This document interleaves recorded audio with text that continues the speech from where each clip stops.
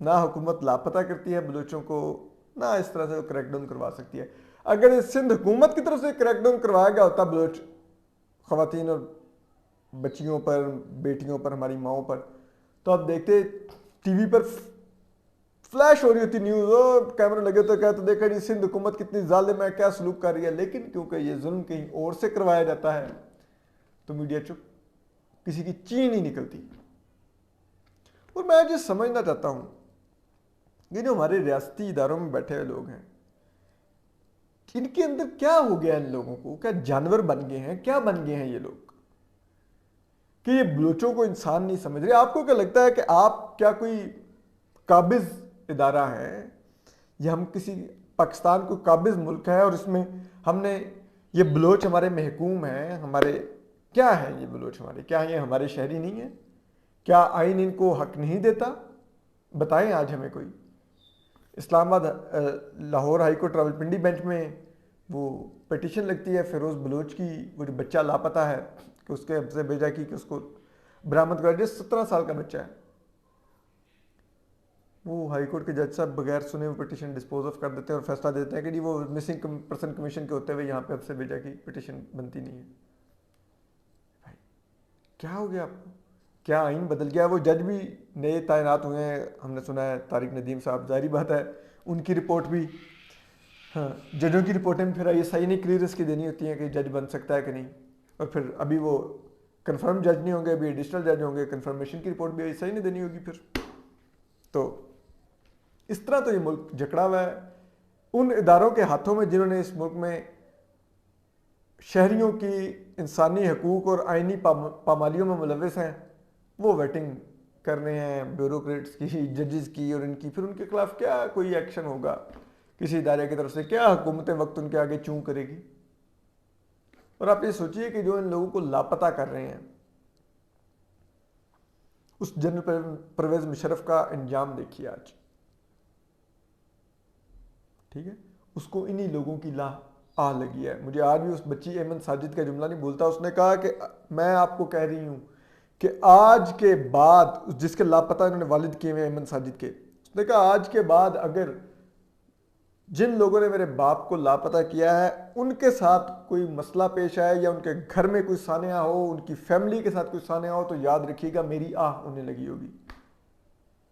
تو جنرل پرویز مشرف نے جو ڈالروں میں اپنے شہری اغوا کر کے بیچے، جو اکبر بگٹی صاحب کو شہید کیا، جو بے نظیر بھٹو کو شہید کیا، جو سینکڑوں شہریوں کو ماورائے عدالت قتل کیا، شہید کیا، بلوچوں کو لاپتہ کرنا شروع کیا، یہ انہی کی آہ لگ رہی ہے آج۔ دیکھیے کس حالت میں ہے کہ اس کی فیملی ٹویٹ کر رہی ہے کہ ان کے لیے دعا کیجئے کہ ان کے لیے آسانی پیدا ہو جائے، یعنی کہ ان کی جان نکلنے میں آسانی ہو، مر جائے وہ۔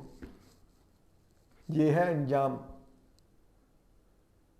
تو یہ جو لوگ آج یہ بلوچوں کو یوں لاپتہ کر رہے ہیں، ان بچوں کو، یا یہ پولیس اہلکار جس طرح سے کل گھسیٹ رہے تھے، ان ہماری بیٹیوں کو مار رہے تھے، میرے خون کھول رہا ہے وہ جملہ سن کے جو اس بچی نے کہا کہ انہوں نے آ کے ہمیں کہا بغیر تو اٹھو، پولیس اہلکاروں نے۔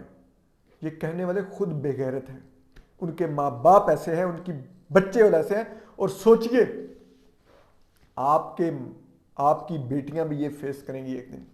یاد رکھیے گا آج جب جو بلوچوں کی بیٹیوں کے ساتھ آپ کر رہے ہیں، جو بلوچوں کی بہنوں کے ساتھ کر رہے ہیں، جو بلوچوں کی ماؤں کے ساتھ آپ کر رہے ہیں، کبھی اپنی ماں کو ذہن میں لا کے ان کی شکلیں دیکھیے، کبھی اپنی بہن کو ذہن میں لا کے ان کی شکل دیکھیے، کبھی اپنی بیٹی کی آنکھوں میں آنکھیں ڈالیے، اور پھر سوچئے کہ بلوچ بھی بیٹی ہے، تو پھر جا کے حوصلہ کیجیے گا، جا کے ادھر اس طرح کاٹیے گا، ادھر بھونکیے گا، پھر جا کے یہ لفظ کے بغیر تو اٹھو یہاں سے۔ اور وہ مشرف جس نے تمام کرتوت کیے، جس کے بارے میں خواجہ آصف ہمارے وزیر دفاع کہتے ہیں کہ پروقار زندگی گزار سکیں، ان کو پاکستان آنے کی اجازت دیجیے، ٹھیک ہے؟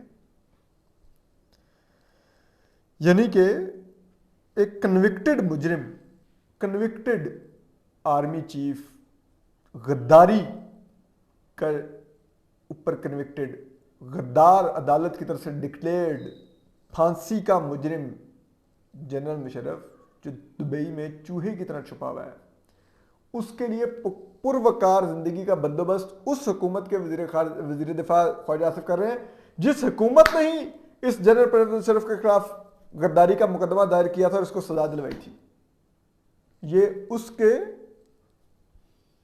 یعنی کہ کمپلیننٹ اب کہہ رہا ہے کہ وہ تو ایک پروکار شخصیت ہے. واہ. اور اب آپ دیکھیے کہ اب خبریں چل رہی ہیں کہ وہ جنرل پرویز مشرف نے اظہار کیا ہے کہ ان کو پاکستان آنے کی اجازت دی جائے, وہ اپنی آخری ایام گزار سکیں اور پاکستان میں دفن ہو سکیں. کیوں بھائی, کیوں؟ فیصلہ جنرل پرویز مشرف کی وقار کی زندگی کا نہیں, فیصلہ جسٹس وقار سیٹھ کے فیصلے کے وقار کا ہے. اور وہ فیصلہ کہتا ہے کہ جنرل پرویز مشرف کو پاکستان لا کے پھانسی دی جائے, اور اگر وہ مردہ پاکستان آئے, مرنے کے بعد یعنی کہ اس کا لاش یہاں پہ پہنچے, تو پھر بھی 3 دن کے لیے ڈی چوک میں لٹکائی جائے. تو ٹھیک ہے, وہ زندہ یا مردہ آتے ہیں, اس فیصلے پر عمل درآمد کیا جائے. اگر ان کی لاش بھی آتی ہے تو لٹکا دیں ڈی چوک میں 3 دن کے لیے. خواجہ آصف کے بس میں ہوا تو ہو سکتا ہے وہ جس طرح ایک اور فوجی عامر ضیاء الحق کی بتیسی دبی ہوئی ہے فیصل مسجد کے سامنے, وہ تو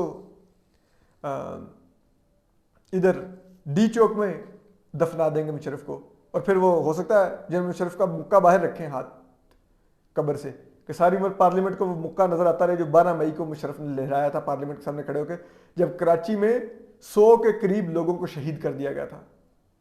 تو جنرل مشرف مکہ لہرا رہا تھا اسلام آباد میں. اس مشرف کو وقار کی زندگی گزارنے کے لیے خواجہ آصف صاحب وطن واپس آنا چاہتے ہیں. اور اب ذرا یہ بتا رہے ہیں کہ ان کی فیملی سے ہماری اسٹیبلشمنٹ نے رابطہ کیا ہے کہ وہ واپس آنا چاہیں تو آئیں, اور انہوں نے اس حکومت کو بھی کنوے کر دیا کہ وہ آئیں گے, اور اس کے لیے اس حکومت نے سر جھکا دیا کہ آئیں حضور. اس حکومت کا بس ہو تو مشرف صاحب کے ساتھ قبر میں ایک طرف خواجہ آصف اور ایک طرف شہباز شریف صاحب لیٹ جائیں کہ ہمیں ان کے ساتھ ہی دفنا دیں. ہمارے اتنے پیارے پروکار آرمی چیف کی ڈیتھ ہوگی. یہ ان کی حیثیت ہے, یہ ان کا ووٹ کو عزت سے بینی ہے, یہ ان کی آئین سے وفاداری ہے, یہ ان کا عدالتی فیصلوں کا احترام ہے. ہمارے سپریم کورٹ کو بھی دیکھیے, اب یہ سب کچھ ہو رہا ہے, وہی کم از کم کہنے کہ بھائی کس طرح آ رہا ہے جنرل مشرف واپس, یہ تو کنوکٹڈ ہے.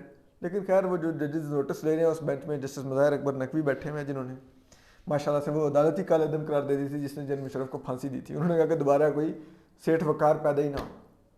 اور خواجہ آصف کو ہو سکتا ہے اگر جنرل مشرف وطن واپس آ گئے نا اور یہاں پر آ کر مرے اور پورے فوجی ذات کے ساتھ سپرد خاک کیے گئے, تو پھر ہو سکتا ہے خواجہ آصف صاحب کو ذرا یہ کہتے ہیں کہ ان کا کوئی سیالکوٹ میں کوئی پلاٹ ہے کمرشل جو وہ کرنا چاہتے ہیں کنٹونمنٹ ایریا میں, جو کہ ان کو وہاں پہ جو فوج ہے اس کی طرف سے اجازت نہیں دی جاتی. تو اگر وہ کمرشل ہو گیا اور وہ اس پہ پلازا بن گیا بن گیا تو وہ اربوں کا ہو جائے گا, ذرا یہ کہتے ہیں. تو پھر یہ خواجہ صاحب کو شاید کوئی بینیفٹ ہو جائے.